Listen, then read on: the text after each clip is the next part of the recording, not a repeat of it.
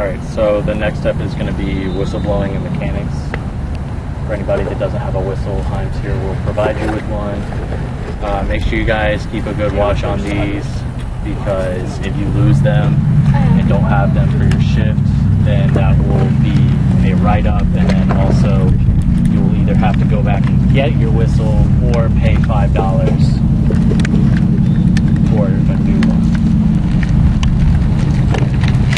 And then while you guys are doing that, I'm just going to kind of go over some of the mechanic stuff, so that way I'm not trying to do all the whistling stuff before you guys have the whistles ready. So,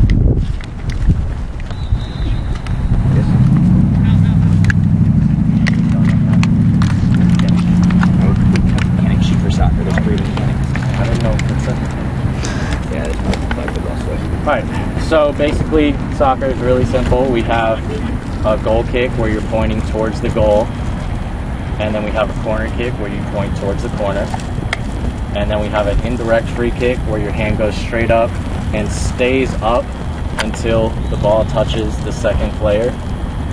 And then anytime you blow the whistle, you want to make sure that you're bringing your hand up that way. That way everybody on the field knows, like, to stop play. Got a whistle in my hands. Just staying close to me. Alright. Everybody have their whistles out? Alright, so there's a few simple steps to blowing the whistle right. And the main thing is that you want to make sure that you build up. You're not just like constantly pressing air through there. You build up the air first and then release it really quickly. What I usually do is I'll put my tongue up against the hole and then build up the air pressure and then release my tongue and push out at the same time. So it's just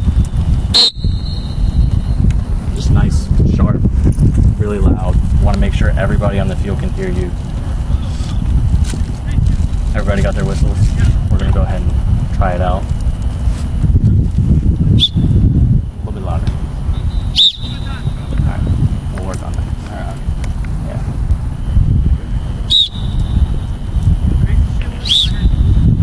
You're like blowing it softly and then hard. Just build up the pressure and then release it really quick. So like use your tongue as a stopper, pull your tongue away and push the air through. There you go. I don't have that. She's basketball though. Alright, so everybody knows how to blow a whistle. Alright, so in game time situations, if there's ever a situation where you need to stop play really quickly, like there's somebody injured downfield or something obstructs the field, like a ball comes on from another field or something like that, you're going to want to do an alert whistle. So that's just 2 really quick short bursts, like just like that. And then let's see, so there's a couple of simple steps as far as throughout the game. Any regular foul, or if there's an out of bounds and nobody like notices that it's out of bounds, just 1 sharp whistle. It doesn't have to be long, it doesn't have to be like anything crazy, just 1 sharp whistle. And then if there's a foul and it's like a hard foul but they keep playing but it's not an advantage, like the other team gets the ball, make sure that you get their attention. If it's a hard foul, go to the spot and you get a long whistle. So it's just like 1 long whistle pointing to the spot where the foul took place. Kickoffs is going to be, who has kickoff whistle? Trail, yeah. Every time, no matter who scores, whoever is trail on the kickoff has the whistle. And then, so that again is just 1 sharp whistle letting them know that they can play. They have to wait for your whistle. If they don't wait for your whistle, that's where you bring out the alert whistle. You blow the whistle 2 sharp short times, and let them know, hey, bring it back, you gotta wait for my whistle. Alright? And then for end of the half and end of the game, it's gonna be 2 whistles. The first one's short, the second one's a little longer, so it's a little bit longer on that second whistle. That way everybody knows it's either halftime or the end of the game. If you've officiated outside of here, you know that the end of the game whistle is usually going to be 3. So you go to the end of the game. Let's see. So that's pretty much it for whistling, unless y'all have something. What about goals? It's just one. Yeah, just one whistle on the goal, and then make sure you point back up to midfield. Yeah. That way everybody knows. A couple years ago, our officials started doing a sweeping motion towards midfield. All you have to do is point to midfield. You don't have to do a sweeping motion back to midfield. It's just point to midfield. That's where and whistle on it. Yeah, that was like Tag's pet peeve. But yeah, just one whistle, point to midfield. Otherwise, a whistle and point for a goal kick or a corner kick or a foul, whatever the situation may be that is not a goal. Anything else? Run through each scenario for them to call with a whistle. So corner kick, goal kick. All right, so we're going to combine the whistles and the signals that I showed you guys. So let's say it's a corner kick. How are you going to signal it? With a whistle. Both. Whistle and point. Let's go ahead and do it. Oh, okay. Yeah. So corner kick's going to be at a 45-degree angle down. Yeah. Okay. So that's going to be, you're going to be close to the play. If it's on your side of the field, you're going to point 45-degree angle down towards the corner flag. And then if it's on the far side of the field, don't point down because that's indicating a goal kick. You got to point up and just make sure you're vocal and let them know it's going to be a corner kick on the far side.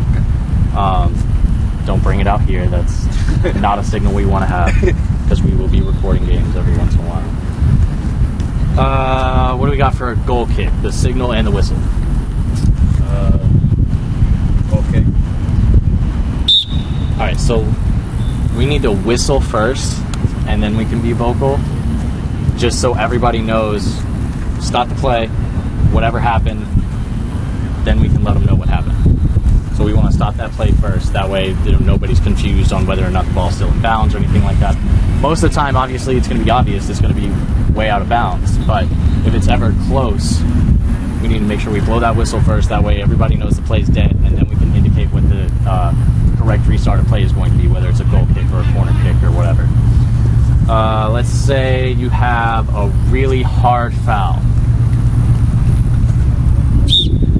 So hard foul, you want to make sure it's a longer whistle. Hard foul, you come to the spot. So even if you have to come infield, you come to the spot, and it's a longer whistle. And that's pretty much how they're going to distinguish a direct from an indirect kick. We don't have a signal for a direct kick per se, but if you come in and point to the spot, they know that's the spot where the ball is going to be. If your hand doesn't go up, then it's a direct kick. If your hand goes up, it's indirect. And they'll ask a lot too, so just let them know. It's either direct, indirect, and then a lot of the times, so with direct free kicks, we mentioned it last night, they have to ask for their space, or if it's a situation where you have to give a card, as soon as you blow the whistle and come to the spot to locate or to tell them where the ball is going to be started, make sure you let them know, hey, it's going to be on my whistle. If it's just a simple foul, you blow the whistle, point to the spot, and then you get in position and just let them know, hey, whenever you're ready. And then if they ask for the 10 yards, blow the whistle, come to the spot, let them know, hey, wait for my whistle, then you walk out the 10 yards, and then you get in position before you blow the whistle. And I'm also okay if you want to do it this way. When you come in and point at the spot, if you want to point a direction with your other hand, that's fine, because that'll make it more clear for the players. Just don't cross your body if you do it. Yeah. So one hand this way or one hand down this way. Yeah. And then, y'all are going to be getting a few games in a row. We're going to try and keep the colors consistent when we're giving out the jerseys. But if you ever get confused, just think about which direction the ball is going to be going. Go ahead and point that way before you try and say a color, because then you might end up saying it's blue ball when it's actually green ball or something like that. So point in the direction it's going to be going, and then indicate what's going on there. Let's see. What if we have a ball coming from another field, or a dog comes on the field? I know you don't have your whistle, but what do we say? I wasn't here last night, but I'm trying to remember what I played. But I think we just stopped the game with the whistle. Yeah, so that's going to be our alert whistle. Just, a few quick short bursts, and then come in to stop the play. Get him off. Yeah. Take care of that situation, and then you're going to start with an indirect. That's pretty much it for that one. Next, we're going to be talking about calling fouls, where we get into advantage versus disadvantage, what we're going were talking about with that last night. So, describe advantage for me. When attacking team, it's about All right. just let it go. And then how would you indicate that? Advantage. Yeah. So with that, there's no whistle on advantage. You just want to make sure that you give the hand signal, and then you're also very vocal. You got to make sure you're saying, play on, advantage, something like that. That way everybody on the field knows that the play is continuing. We're not stopping right there. And then don't do that immediately. There's going to be some times where, say, Ryan's on my team, I get fouled, and he immediately picks up the ball, but then he comes in and takes the ball within a couple of seconds. Don't immediately blow advantage or say advantage just because he picked up the ball. So you still got to wait those few seconds, whether you're giving the advantage or bringing it back. Wait those few seconds before you indicate what's going on.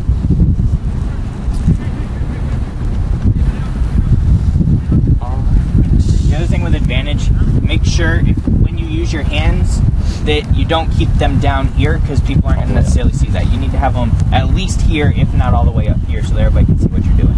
Yeah. So the other thing with signaling calls, and this is going to be Andy's pet peeve, Brian's pet peeve, our pet peeve, if you sit there and have a signal like this.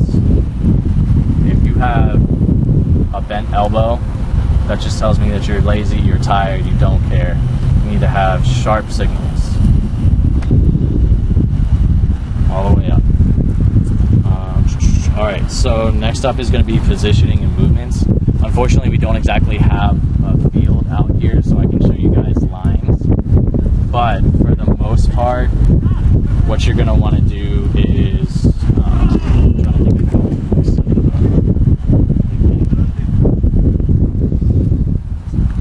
like we were talking about, keep the play boxed in.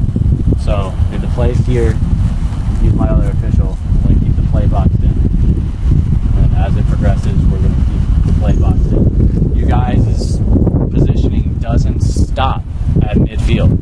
You guys are going to come probably about another half to 2/3 of the way down the other half of the field. That way you can help out your other official.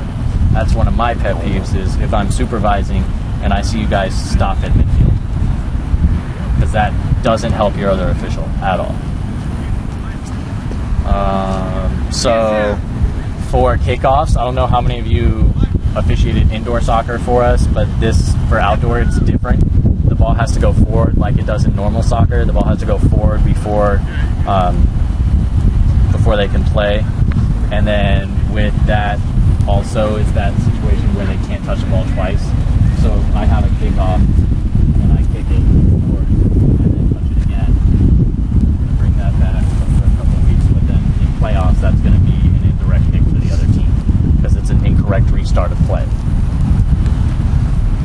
And then similarly, I don't know, you won't see this as much, especially actually you won't see this in outdoor, hopefully, because it's supposed to go forward, but it happens a lot in indoor where people will like kick it back and take that extra touch there. Don't allow that. The ball has to go forward, and that's that second touch. Goal kicks, we talked about this. It's placed anywhere inside the 6-yard box, the small box. Doesn't matter where, and then it has to leave that 18-yard line. If it doesn't leave that 18-yard line, the first couple weeks, I'm fine with giving it back to them for a re-kick. But come playoffs, they need to know that it will be enforced, especially if me or Himes have any games in playoffs. It will be enforced.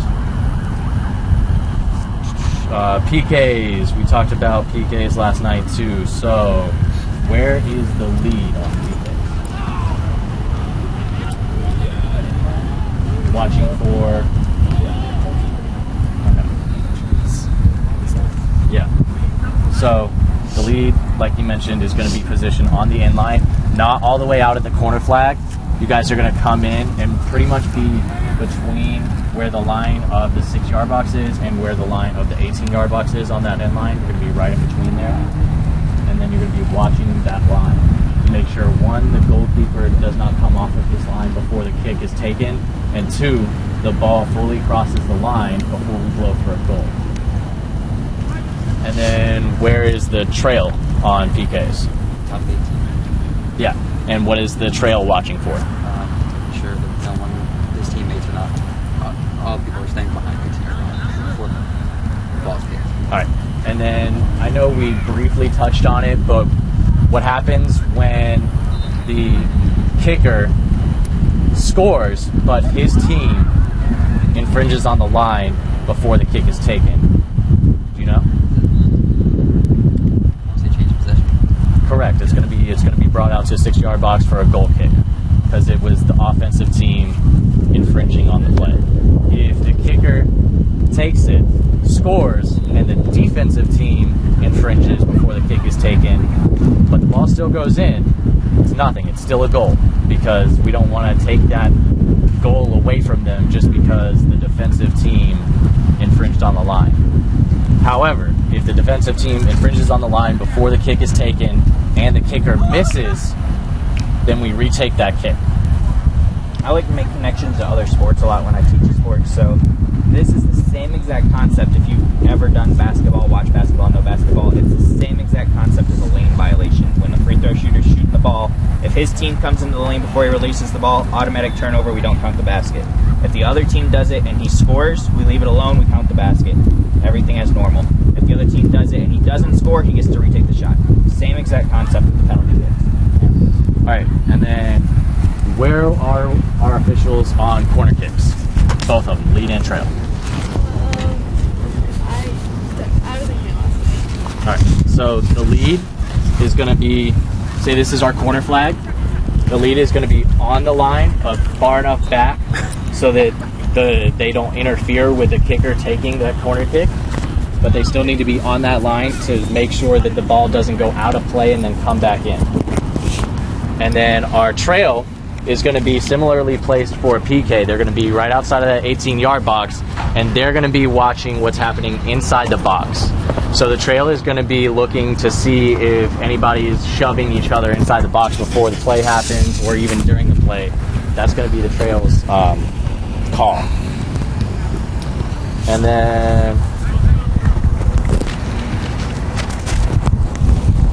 so one of the big things with indoor that we have to teach you guys is trying to move around the play. It's going to be similar, but a lot easier with outdoor because you don't have a wall line. We will have coaches box lines for making sure that the players stay inside that line. That way you have that sideline to run down. But don't be afraid if the play's on the opposite side of the field to come in so that that box that you're keeping the play inside of is smaller so that you are more aware of what's going on.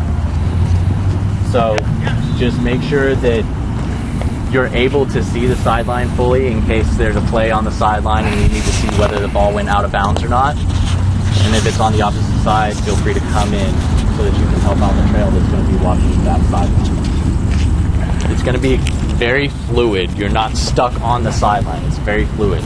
So if the ball's down on his end, he's going to want to be a little further towards the sideline so that he can watch that sideline. And then I'm going to be coming in so that I can box in that play a little bit closer. All right, and then for scoring and out of bounds, we talked about this with the whistle blowing and mechanics. If it's a goal, you're going to blow the whistle once, signal to midfield, and then you're going to reset your position for lead and trail back to where you are at kickoff. If it's not a goal, you guys need to make sure that you, like, if everybody thinks it's a goal and they're running back, but you say it's not a goal, make sure you blow your whistle, get your hand up. Even if you need to call your other official over to communicate with him and make sure that you guys are on the same page, that's going to be another crucial thing, is making sure you guys are on the same page. So if anything happens and it's, a confusion on whether or not it's a goal, you guys need to make sure that you're on that end line so that you can see that. And then out of bounds, same situation. Make sure you're on the touch line. That way you can signal this way, whether it was all the way out or not all the way out. Because there's going to be people that are going to argue with you. And if you're not entirely sure, honestly, most of the time the teams are going to know. And whoever's ball it is, they're going to go for the ball. If they're smart, though, both teams are going to go for the ball, which complicates things. But, yeah. Right. Right, so next we're going to jump into a review of the rules that we went over last night. So to start out, I'm going to start with in and out of bounds, which is what Jake was just starting with. So obviously the ball is out of bounds whenever it goes outside the field of play, and it's got to be all the way outside, so that's why it's important to have your lines, the sideline and the end line, to make sure you know when the ball is all the way across the line. If even a sliver of the ball is still on the line, then it's still inbounds and they can still play it. The out of bounds for soccer is called the touch area, which is referred to that way because that's where the players can touch the ball with their hands. So when it goes into that area, they're allowed to pick it up with their hands and restart with a throw-in, a goal kick, corner kick, whatever we're starting with. So the only time they can use their hands if they're not the goalies when the ball's in touch. If it's out of touch, which means it's in play, then they can't use their hands. So on the throw-ins, make sure you're watching their feet if you're trail, and then usually lead. What I like to do is watch their hands to make sure their hands come evenly over their head. So trail watching the feet, make sure they don't pick one up on accident or on purpose, whatever they're trying to do. And lead, watch those hands, make sure that they come evenly over the head and not from the side or whatever they might try to do. I don't know, I've seen some crazy things over the years. So on those dead balls like the goal kicks, corner kicks, throw-ins, any of those types of things, whenever you give a card, a foul, any of those dead balls will allow the teams to sub. So how subs are going to work is the player who's subbing on has to go to midfield and they have to let you know that they're ready to sub. So ball will go out of bounds and they'll yell subs. And you'll hear them, put your hand up, blow your whistle so everybody knows the play stopped, hand up because you're holding the restart, and you'll allow the players to substitute on and off. The player has to make sure if your partner blows his whistle for subs, his or her whistle for subs, then pay attention to your sideline too, because subs could come in from your sideline. So I like to count the number of players that come in from my sideline. So if I have 2 come in, I'll hold a 2 out to the side while my other hand's still in the air, and as they run by me to come off the field, I'll count it down until I've got 0 left. Then I know everybody's on the field and ready to go. Do we do subs only when it's your team's throw-in? No, so that's different than other soccer. We're going to let them sub whenever, because this isn't the most advanced form of soccer that we're going to play. So we'll let them sub on any dead ball. Great question. But yeah, as they run by, I like to count it down. So if there's 2 subs, count down until I've got 0 left, and then I know that my side's ready to play. If my partner does it too and they're down to 0, then I know both sides are ready to play. We don't have any extra players on the field, and that means we're good to restart. You guys have any questions about substitutions or any of that process? With subs, make sure that the play is stopped. They're not trying to sub while the play, like they're trying to do a quick restart of play. So if you want them to have that substitution and they're getting ready to restart that play real quick, give the alert whistle, 2 sharp whistles. Subs. Yep, and use that alert whistle if you've called subs and they try to throw the ball in. Alert whistle, bring it back. Say wait for the subs, hold the throw in, and then once they're ready. Usually in that situation, if they're on my sideline, I'll step in front of them a little bit with my hand out so that they know that we're waiting on subs or something. And then once they're ready to go, I'll step back and tell them that they're good to go. So it's usually going to be one person, though, that usually calls the subs because they're going to be on that side. Right. Usually one official will hear it. You don't necessarily want to double whistle on subs because then players might get confused. So one referee call it, both of you be alert to the situation that's happening, and then know when you're ready to restart. And make sure you don't restart before we're ready. So I talked about how the ball must cross the line completely for goals and out of bounds. That's really important, especially as we get further into playoffs. If we've got a game that's semifinals, 1-0 game, and then other teams got a shot and it's rolling on the goal line but doesn't actually cross completely, but we're not in position to see it, so we call it a goal and it's tied 1-1, then we're going to have a bunch of angry people at us. So make sure you're getting in position to get those calls right so we don't give participants a reason to complain. They'll find their own reasons themselves. We don't need to give them reasons to get mad at us. And then last big thing that we hit on yesterday was the no slide tackling rule, which is different from a lot of other soccer that we play. For intramurals here, we're going to play no slide tackling, and everything that constitutes a slide tackle is pretty much self-explanatory. Anything that looks like a sliding motion, if it looks like they slipped on the grass, they're not wearing cleats, they're wearing tennis shoes, looks like they slipped, and it looks accidental, maybe give them a verbal warning the first time.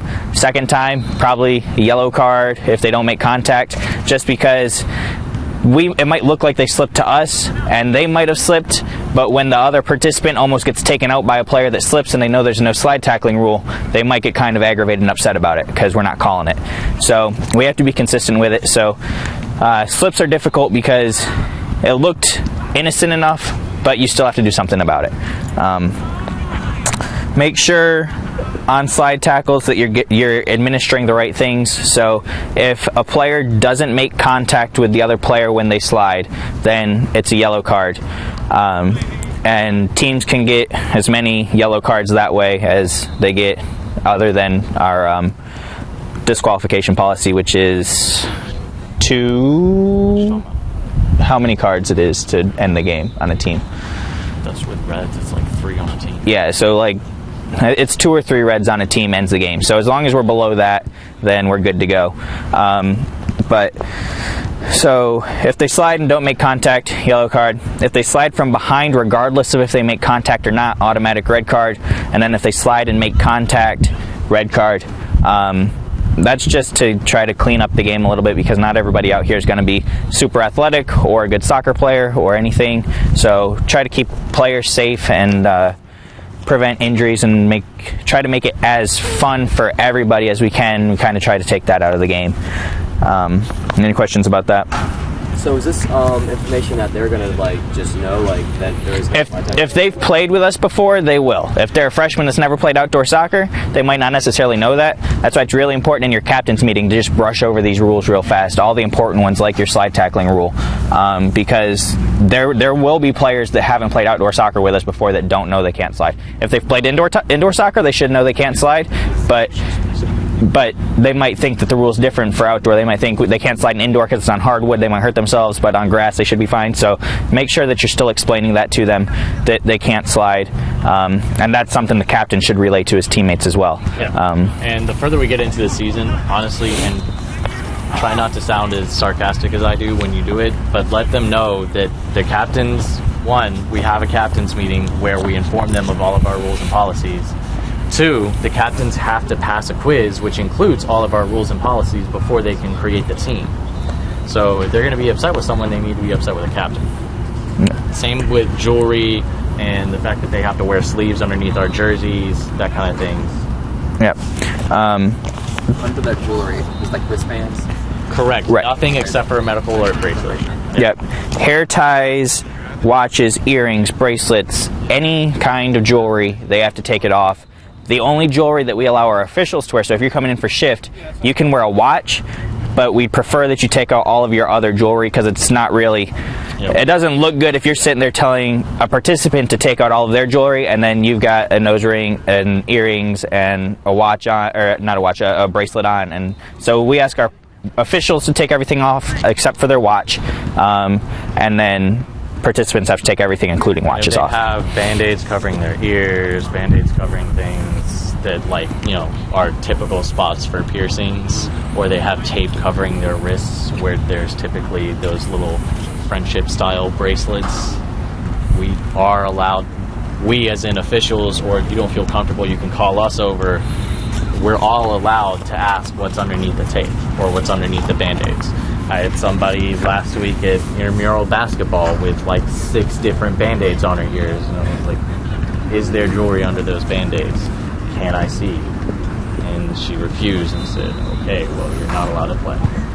Your supervisor has more band-aids, so if we ask to see underneath their band-aids to see if there's jewelry, we can provide them another band-aid to replace it with if they have a cut or something. So that's not really a reason for them to not show us more if they have jewelry. We have more tape. She said need 6 minimum to start the game. Yes. But if there's 3 red cards. Because of the fact that we allow them to substitute, we don't force them to play down. Mm-hmm. I think honestly the rule's 2 red cards. I'm just not sure on it 100%. So it's alright if they go below. So it's alright if they go below 6 when as long as the game's still competitive. If it's a blowout, then we'll stop it. But if they're still competitive below the minimum, then we'll let them continue. Ridiculously physical. So they could do 4v7. No, right. No. We don't force them to play down a man. Is what I'm saying. So if Ryan gets a red card, we can sub somebody in for him. But if they don't have subs and they have to go down, as long as they're still competitive, right? Yeah, you can sub the red card player. If they don't have subs, they can play down as long as it's still competitive. Yeah. Gotcha. Yeah. All right. What was I going to say?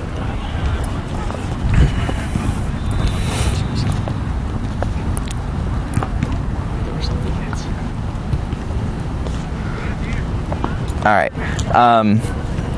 Just building off of that thought real fast, because I don't know that we really touched on it a lot in training last night.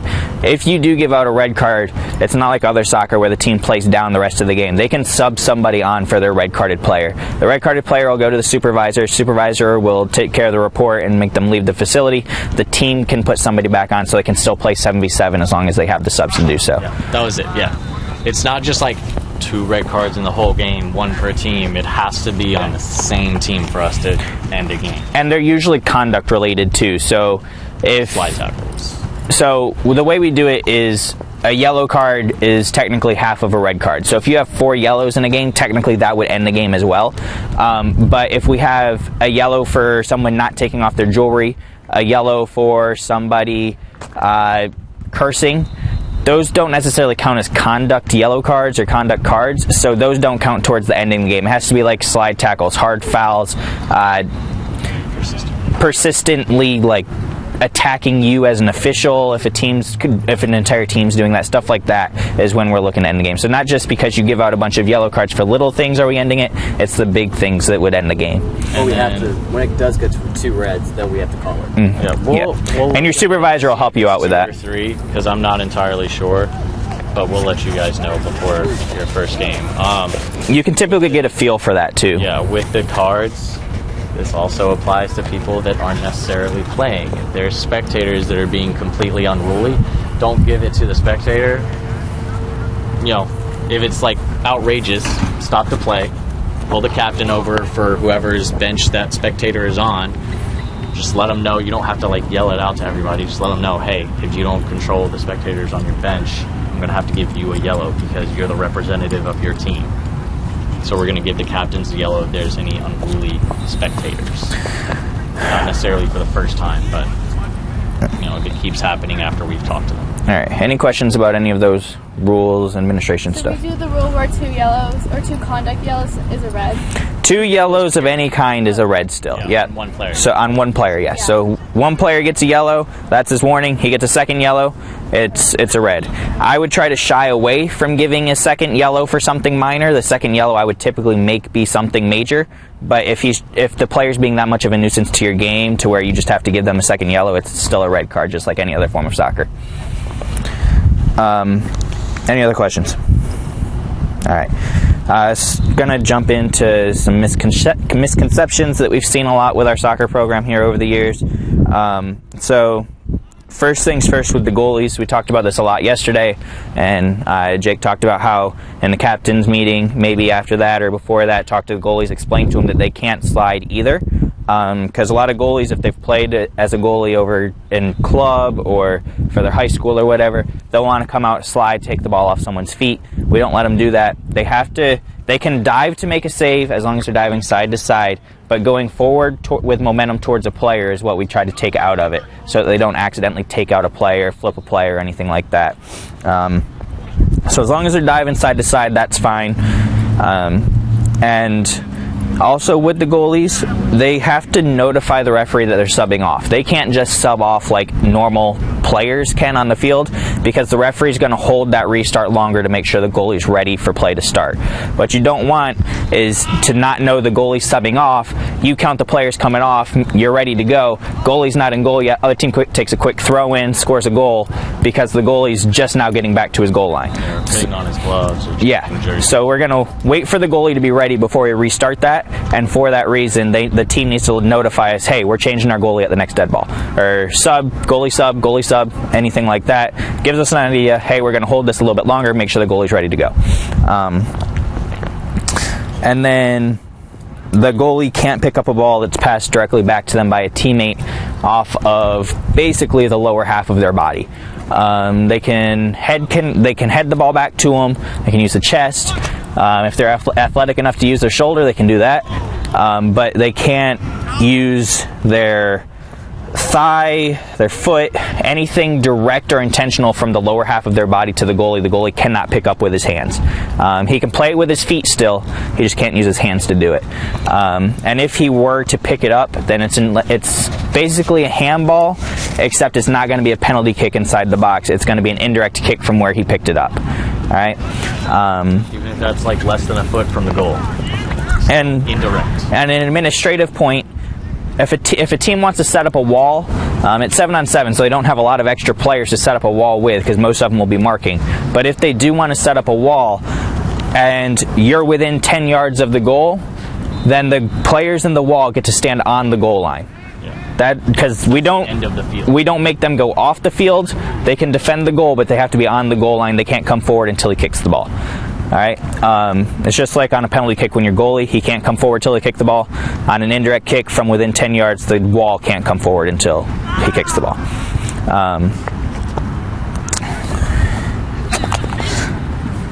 And then I wanted to hit on obstruction versus shielding. So obstruction is always an indirect free kick, and it probably happens more in soccer than it actually gets called. So obstruction and shielding, if a player has a ball, they have a player on their back, Jake, I can use my body to shield him off of the ball like this, to keep him from being able to reach it. When it's a problem is if the ball is rolling and he's coming to get it and he's got a clearer line than I do, and I just come and shove him off and then take the ball or something like that. When I play the player's path instead of the ball, that's when it's obstruction, and that's an indirect kick for the other team. And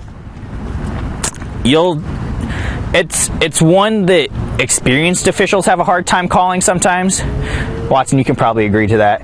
It's a tricky call sometimes, because you're like, he didn't come out of his way too bad, but he probably still got in the player's path instead of playing the ball, and good players know how to hide it. So it's just one that the more you officiate, the more you'll see it, and it happens a lot more when you have good players playing not so good players like you do in intramurals. So we have a couple of videos that we'll show in video breakdown. It's a lot easier to explain when you look at it rather than explain with words. So we'll go over that with the videos upstairs. The thing with obstruction versus shielding is going to be where the ball is in reference to the players. So if I'm here and I still have the ball within a playing distance from me, that's just shielding. If the ball is way out here and I'm getting him out of the way, but there's no way I'm getting the ball immediately, that's obstruction. Mm-hmm. 5 yards. Pretty sure it's 5 yards. Yeah, it's like 5 yards from the ball. Whatever, within a step or two. If they can't get to the ball within a step or two and they're stopping the other player from being able to make a play on it, that's usually when you've got obstruction.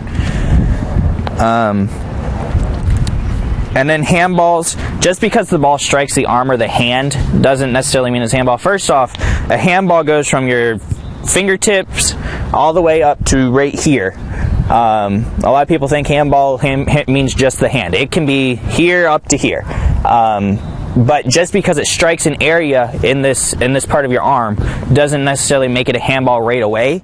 A couple of important factors to consider when you're calling a handball are, where was the hand positioned? So like that one I showed yesterday in training, if you were there, Emma, I know you weren't there, but everybody else, when the player was turning away and his hand was inside his body, he was trying to get his hand out of the way. So we wouldn't necessarily call that on him, because he's making an attempt to not commit that violation.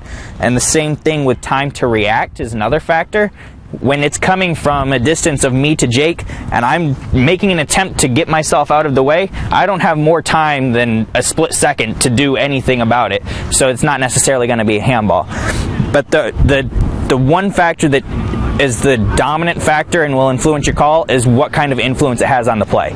So if the handball happens and the position of the hand is okay, he's kind of got it inside, and the time to react wasn't really there, so you can't really penalize him for it, but the influence on the play has some kind of influence where, say, he's on the defending team and it prevents the attacking team from having a shot on goal or something, you're going to call that handball, because it provided an unfair advantage or to the defending team or disadvantage to the attacking team.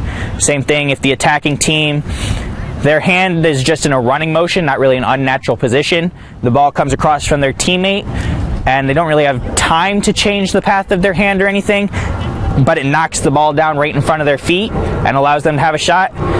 Not really their fault, but because it gave them such a distinct advantage in allowing them to take a shot off of it, you're going to call that handball. So really the biggest factor in handballs is going to be what kind of influence it has on the play. But you also have to consider how much time they had to react to it and the position of their hand at the time. Anything to add to that? Secondary to that, especially with intramurals where you're going to be running into people that may not have a whole lot of experience, especially in teal, is going to be they're going to instinctively move their hands to protect sensitive areas. I am perfectly fine with protecting down here or girls protecting here. Me and Andy disagree, but for you guys' purpose, they can protect their face. My personal opinion is that the face is a playing surface. You can score off of a face. But Andy would like for us to help our intramural participants also protect their faces. So if they're bringing it up instinctively to protect their face, don't necessarily have to call that. Again, that's also because it's inside the natural zone in here. So if they're protecting themselves, we don't necessarily have to call that a handball. All right, you guys have any questions about any of that we went over out here?